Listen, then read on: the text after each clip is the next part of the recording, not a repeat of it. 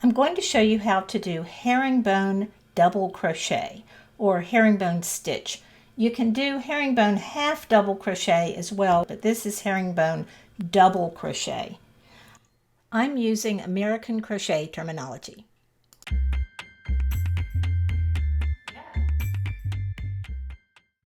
Let's start by reminding ourselves of what a regular double crochet is. That would be yarn over, go into the stitch, yarn over and pull up a loop, so you have 3 loops, then yarn over and pull through 2, yarn over, pull through 2.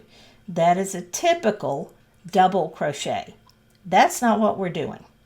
Let me take this out. Starting with a chain of any multiple, I'm going to yarn over and then go into the 4th chain from the hook. So there's 1, 2, 3, 4th chain from the hook. Go into the chain, yarn over and pull a loop through the chain and through the first loop on the hook. So that's different from what you're used to doing. Now you have 2 loops on the hook. Then yarn over, pull through 1, and yarn over and pull through 2.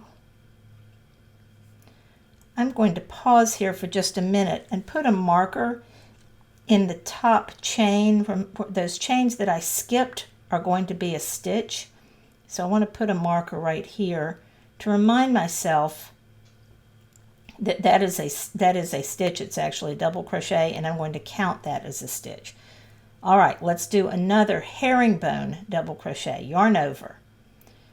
Next stitch in the chain, go in, yarn over, pull up a loop, and then pull it through the first loop on your hook. Yarn over, pull through 1, yarn over, pull through. Let's do it again. Yarn over. Go in, yarn over, pull through the chain and the first loop on your hook. Then yarn over, pull through 1, yarn over, pull through. And you can see what's starting to happen here. You're getting a little bit of an angle. If you are right-handed, that angle is going to go off to the left. If you're left-handed, it's going to go off to the right. Do that all the way across your chain. Here I am at the last chain. So I will go in and do my herringbone double crochet here and stop and take a look at that slant that I have going on here. I think I messed up a stitch here.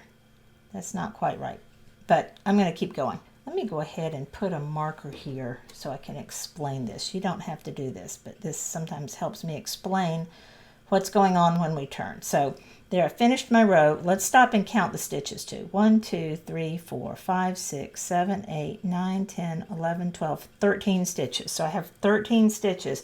That's the number I want to maintain. Turn, I'm going to chain 2 as a turning chain instead of chain 3. But because I want this to be a turning chain and count as a stitch, I'm going to put another marker in there.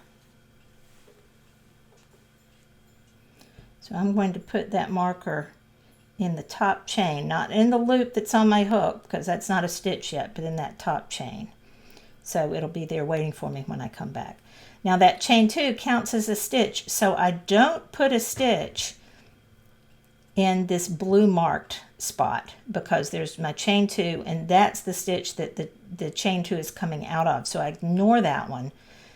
And now I'm going to work into the next stitch. So yarn over, go in under both loops, yarn over and pull up a loop and pull a loop through that first loop on your hook.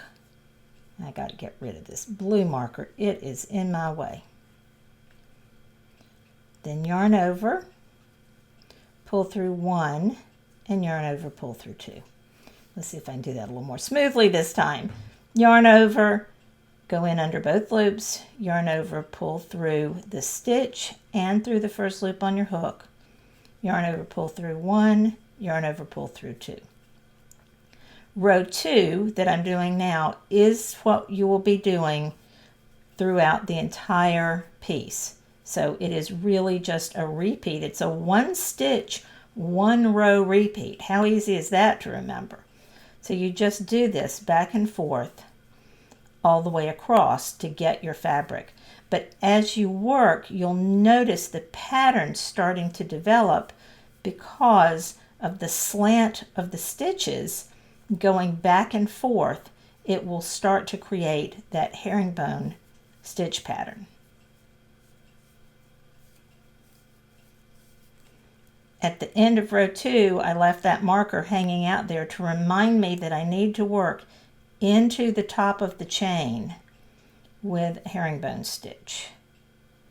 So I do that last stitch there. I can remove the marker,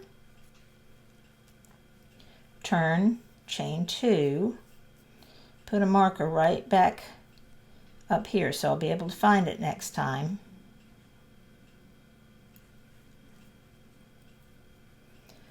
There's chain 1, chain 2, there's the stitch I'm going to ignore because there's a stitch already coming out of it, and I'm putting my herringbone stitch into the next stitch.